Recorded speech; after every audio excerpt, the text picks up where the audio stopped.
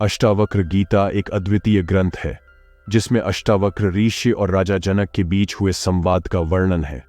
यह ग्रंथ अद्वैत वेदांत का महत्वपूर्ण शास्त्र माना जाता है, जिसमें आत्मज्ञान, मोक्ष और ब्रह्मज्ञान की गूढ़ बातें कही गई हैं। अष्टावक्र गीता का संदेश सीधा और सरल है, लेकिन इसकी गहराई बहुत अधिक है। यह ग्रंथ इस बात पर जोर देता है कि सच्चा आत्मज्ञान तब प्राप्त होता है जब व्यक्ति अपने अहंकार और आत्मभाव को त्याग देता है और अपने वास्तविक स्वरूप को पहचानता है। मिथिला के राजा जनक, जो ज्ञान के प्यासे थे, सदैव संत महात्माओं की खोज में रहते थे। एक दिन उन्होंने सुना कि एक अत्यंत विद्वान और ज्ञानी बालक अष्टावक्र अपने पिता के साथ राज्य में पधारे हैं। अष्टावक्र का शरीर 8 स्थानों से वक्र था, इसीलिए उन्हें अष्टावक्र कहा जाता था। वह बालक होते हुए भी वेद शास्त्रों में पारंगत थे और अपने गूढ़ ज्ञान के लिए प्रसिद्ध थे। राजा जनक ने अष्टावक्र को अपने राज दरबार में आमंत्रित किया। जब अष्टावक्र राजमहल में पहुंचे तो उन्हें देखकर दरबार में बैठे विद्वान और दरबारी उनका उपहास करने लगे। वे अष्टावक्र के टेढ़े मेढ़े शरीर को देखकर हंसने लगे, लेकिन अष्टावक्र ने उन्हें अनदेखा किया और राजा जनक के पास पहुंचे। राजा जनक ने उनका स्वागत किया और उनसे पूछा, हे महात्मा, मुझे आत्मा का ज्ञान प्राप्त करने की अत्यधिक इच्छा है। क्या आप मुझे आत्मा का सत्य ज्ञान दे सकते हैं? अष्टावक्र ने शांत स्वर में उत्तर दिया, हे राजन, आत्मज्ञान केवल बाह्य संसार से मन को हटाकर और आत्मा की गहराई में जाकर ही प्राप्त किया जा सकता है। आत्मा शुद्ध, शाश्वत और अजर अमर है। यह शरीर, मन और बुद्धि से परे है। आत्मज्ञान का मार्ग अज्ञानता को त्यागने का मार्ग है। जब व्यक्ति अपने वास्तविक स्वरूप को पहचान लेता है, तब उसे आत्मज्ञान प्राप्त होता है। राजा जनक ने पूछा, हे महात्मा, कृपया मुझे बताएं कि यह वास्तविक स्वरूप क्या है और इसे कैसे प्राप्त किया जा सकता है। अष्टावक्र ने मुस्कुराते हुए कहा, राजन, आत्मा का वास्तविक स्वरूप वही है जो शुद्ध चेतना है। यह न तो जन्म लेती है, न ही मरती है।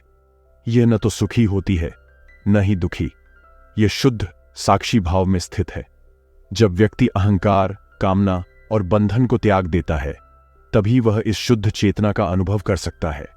राजा जनक ने अष्टावक्र के शब्दों को गहराई से सुना और उन्हें अपने जीवन में आत्मसात करने का निर्णय लिया। उन्होंने अपने सभी भौतिक सुखों और संपत्तियों को त्याग दिया और ध्यान और साधना में लीन हो गए। वे अपनी अंतरात्मा की खोज में लग गए और धीरे धीरे उन्होंने अपने अहंकार और बंधन को त्याग दिया। अष्टावक्र ने देखा कि जनक अब आत्मज्ञान के निकट हैं, तो उन्होंने एक दिन उनसे कहा, हे राजन, आत्मज्ञान केवल मन के शुद्ध होने से प्राप्त होता है। जब मन काम, क्रोध, मोह, लोभ और अहंकार से मुक्त होता है, तब आत्मा का प्रकाश प्रकट होता है। जनक ने उत्तर दिया, हे महात्मा, मैंने अपने मन को शांत और शुद्ध करने का प्रयास किया है, लेकिन यह सदैव भटक जाता है। कृपया मुझे मार्गदर्शन दें कि मैं इसे कैसे नियंत्रित करूं। अष्टावक्र ने कहा, हे राजन, मन को नियंत्रित करने का सबसे सरल तरीका है साक्षी भाव में स्थित होना।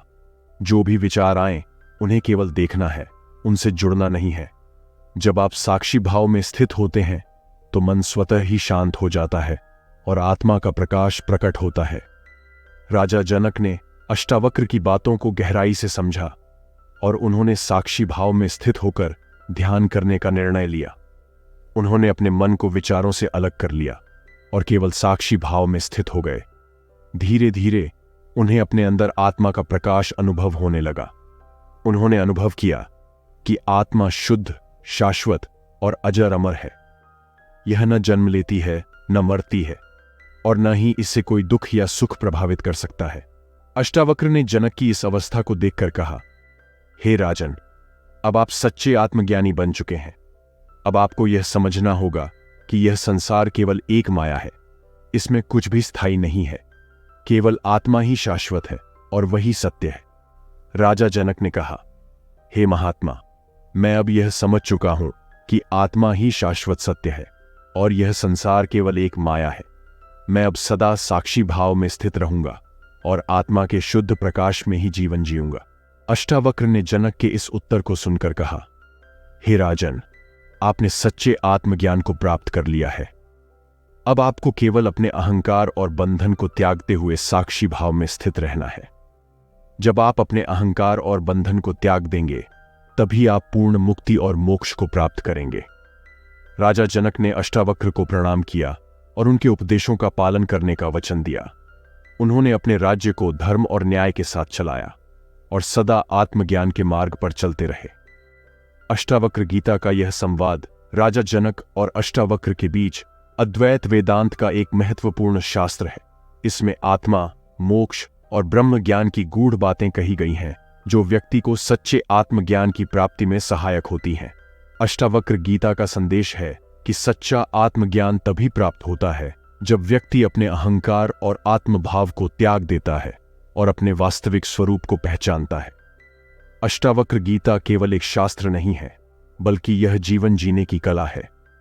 यह हमें सिखाती है कि सच्चा सुख बाहरी भौतिक वस्तुओं में नहीं, बल्कि आत्मा की शुद्धता और साक्षी भाव में स्थित होने में है। जब व्यक्ति अपने अहंकार, कामना और बंधन को त्याग देता है, तभी वह आत्मा के शुद्ध प्रकाश का अनुभव कर सकता है।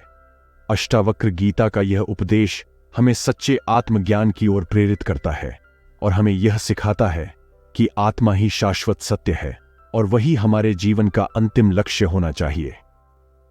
राजा जनक और अष्टावक्र के बीच हुआ यह संवाद सदियों से मानवता को आत्मा की शुद्धता और मुक्ति का मार्ग दिखाता आ रहा है। यह हमें अपने अंदर की दिव्यता को पहचानने और साक्षी भाव में स्थित होने की प्रेरणा देता है, ताकि हम इस संसार की माया से मुक्त होकर आत्मा के शाश्वत सत्य को प्राप्त कर सकें। इस प्रकार अष्टावक्र गीता का संदेश सदा के लिए अमर है और हमें सच्चे आत्मज्ञान की ओर अग्रसर करता है। दोस्तों, यदि आपको आज की कहानी अच्छी लगी हो तो वीडियो को लाइक, शेयर और चैनल को सब्सक्राइब करना न भूलिएगा। धन्यवाद।